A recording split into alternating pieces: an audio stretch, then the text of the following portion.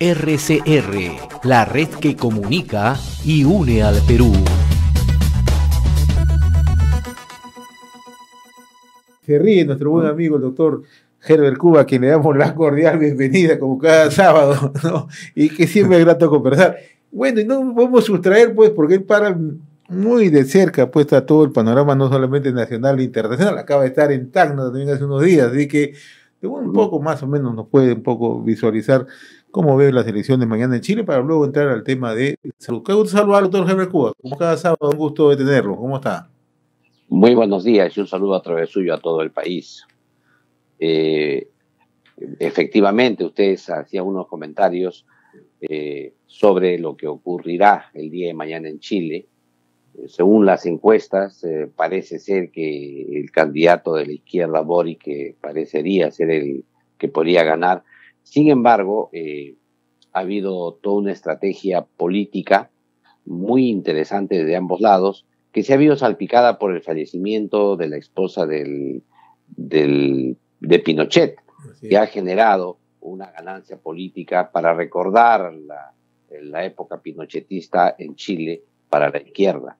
Creo que sea cual sea el triunfo de cualquiera de los dos sectores, la situación en Chile va a continuar con muchos problemas. Por un lado, vamos a tener quizá un difícil para implementar las reformas que cree la Asamblea Constituyente, que ponen en entredicho desde la bandera, el escudo, el himno, hasta el nombre del país, ¿no? Y por otro lado, por el lado de Boric, también para poder asegurar la gobernabilidad del país, porque dentro de las fuerzas que se han coaligado dentro de la Asamblea Constituyente, hay fuerzas que son muy tensas, que tensionan al país como si fuera un Tupac Amaru. Creo que la labor que van a tener que hacer ambos gobernantes va a ser muy complicada para el país. Sin embargo, creo que esto no puede escapar tampoco al problema geopolítico de América Latina y de América en general y del mundo, porque ahí, como es natural, se ha empezado ya una guerra fría en el mundo a raíz de los temas con China, Rusia, y Irán, etcétera, y Estados Unidos y la Unión Europea, etcétera. Todas esas contradicciones se van a ver el día de mañana en Chile, y el pueblo chileno tiene una enorme responsabilidad para saber dilucidar con propiedad ese escenario y poder insertarse en el mundo internacional adecuadamente. Y vayamos a lo nuestro, a los temas que siempre analizamos con usted, doctor Herbert Cuba. Pero, ¿no? José, Sí, claro, sí. solamente para un poquito ligar este comentario que está haciendo el doctor Cuba. A ver, supuestamente la forma y los escenarios, ¿no?, geopolíticos tienen que ver, después de esta pandemia, necesariamente vinculado a cómo se enfrentó el COVID en distintos países, y nos dan más o menos el grado, ¿no?, de organización, ¿no?, de las políticas públicas que se dan en unos países. Si quisiéramos entrar, ¿no?, a este asunto de la salud pública, mencionando el tema de la pandemia, ¿cómo encuentra estas elecciones a Chile? ¿Y cómo está Chile en función al manejo que se le ha dado en el Perú? Creo que en Chile se producen tres fenómenos complicados. Uno de ellos, un gobierno de derecha, que es el de Piñera. Segundo, una muy buena logística para el abastecimiento de vacunas, que inclusive nos tomaron la delantera en este tema. Y tercero, un muy mal trabajo comunitario, es decir, un temor hacia la organización popular en Chile para poder combatir la pandemia. Esos tres escenarios son claves a la lucha contra la pandemia. Y miren ustedes pueden ver el reverso. Cuba, un país que ha apostado por la vacunación y por el trabajo comunitario, y no tiene casos.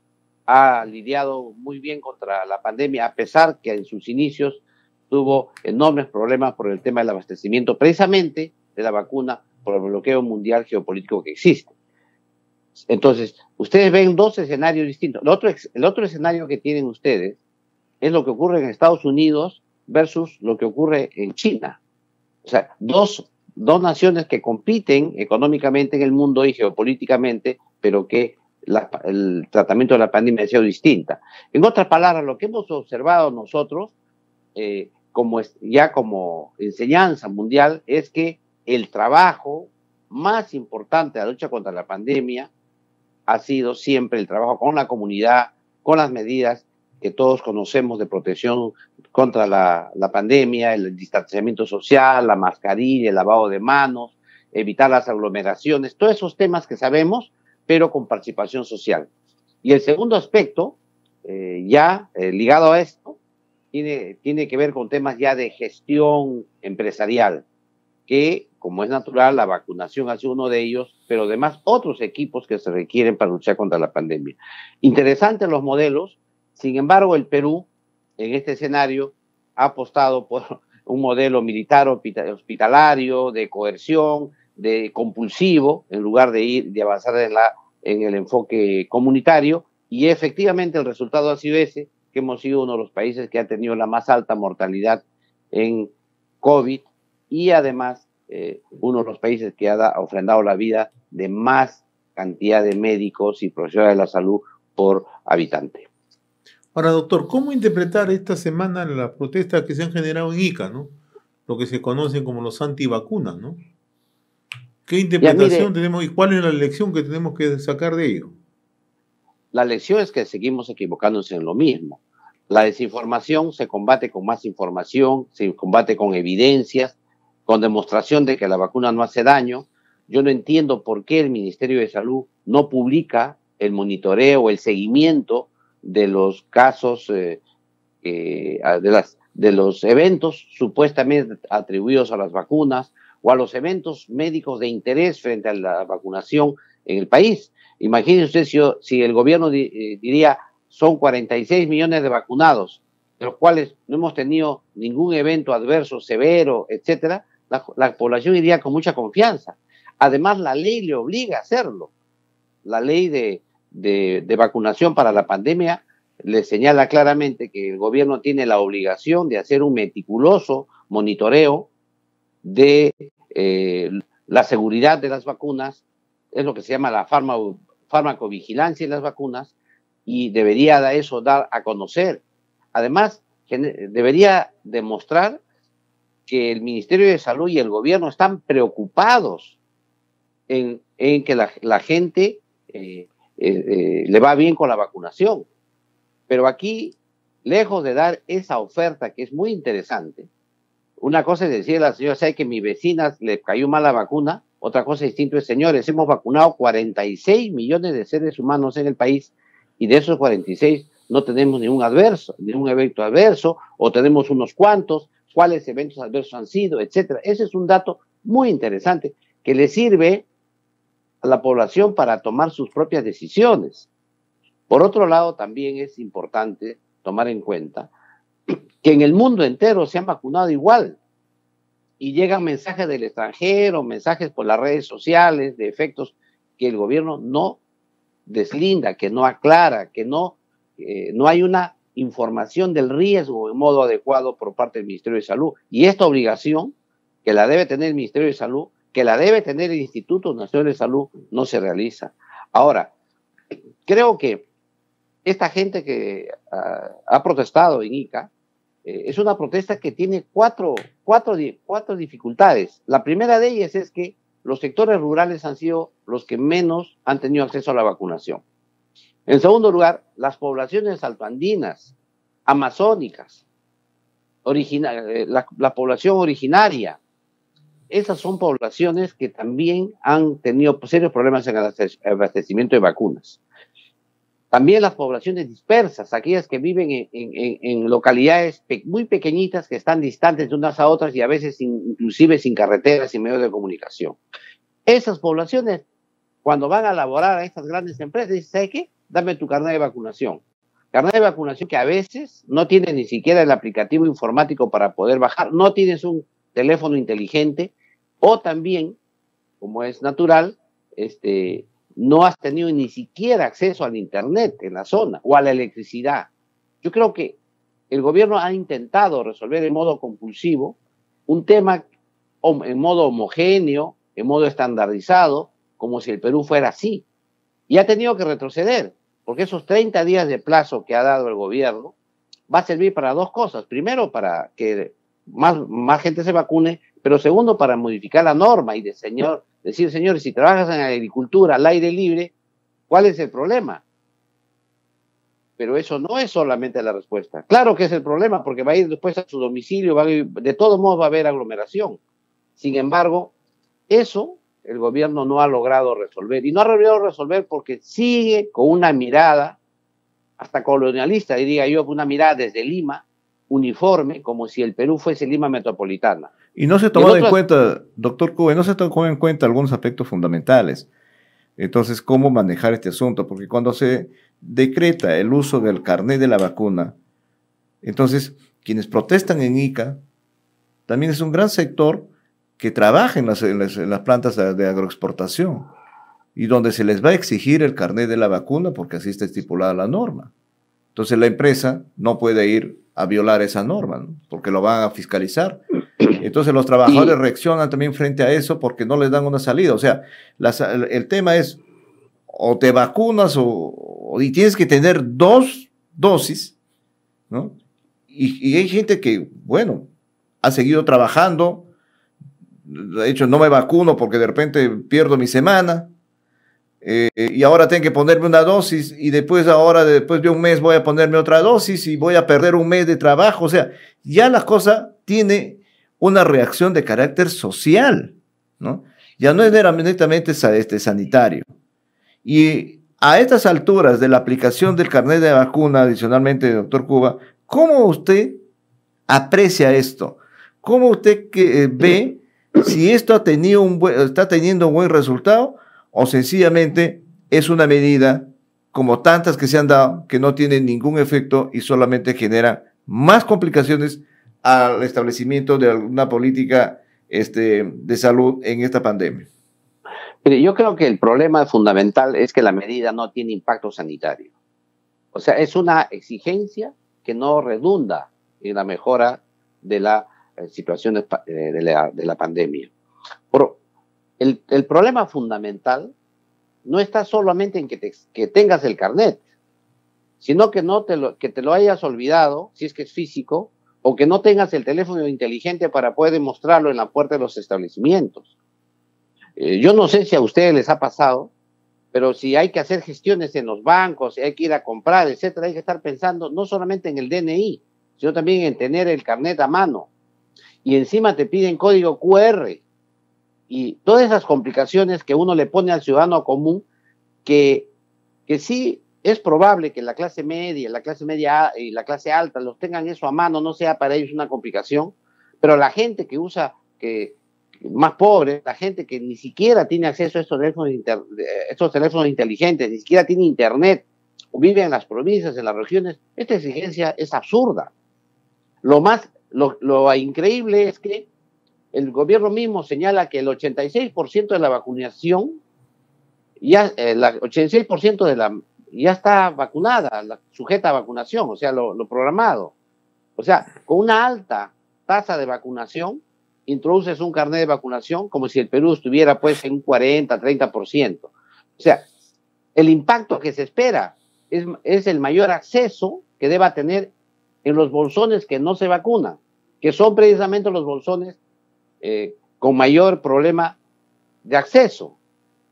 Como decíamos, las comunidades originales y nativas, las altandinas, las comunidades dispersas, las comunidades rurales, los villorrios, estas son las zonas que tienen mayor problema de acceso a la vacunación y a ellas son a quien castigas con este carnet de vacunación. Y lo ha demostrado esta protesta que se ha tenido en el sur.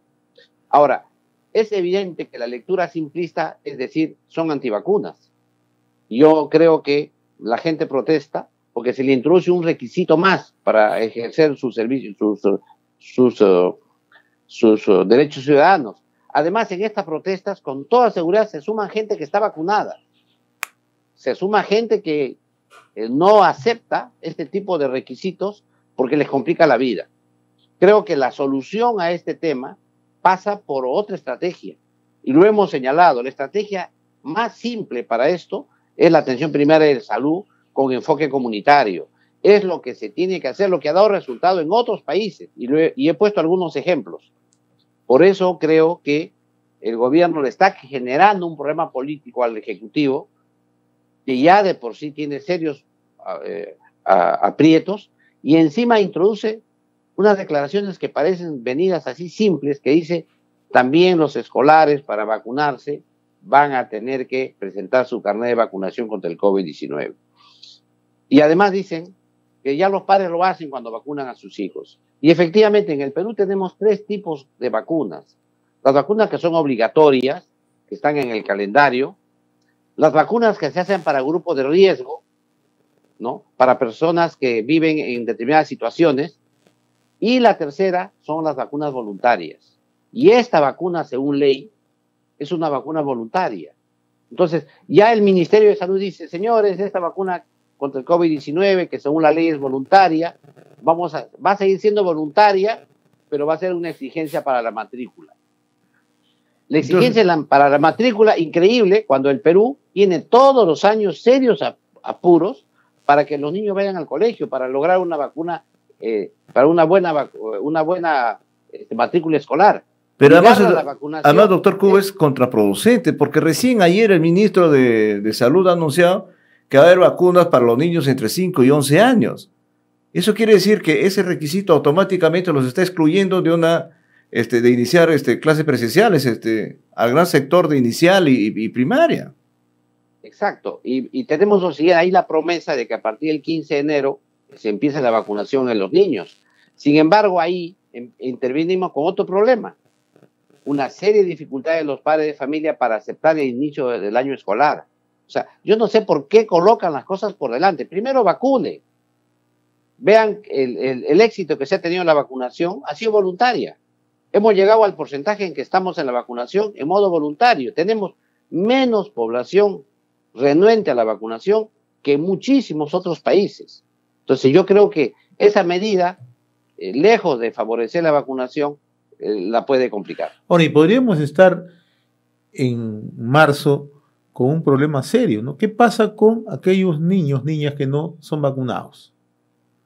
Que no han tenido la vacuna y que va a haber una resistencia de parte de los padres. Decir, yo vacuné a mi hijo o a mi hija y ellos no están vacunados, no quieren que se junten. ¿Por qué? Porque no hay una información real, ¿no?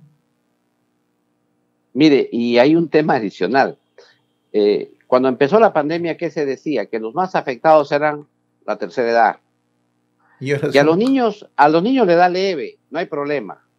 Ya se vacunaron los de la tercera edad, se vacunaron los adultos, tenemos una muy buena tasa de vacunación en el país, es muy buena en comparación con otros países, y ahora decimos, vamos a vacunar a los niños, pero para los niños sí es obligatorio. Sin embargo, para toda la población restante ha sido voluntaria.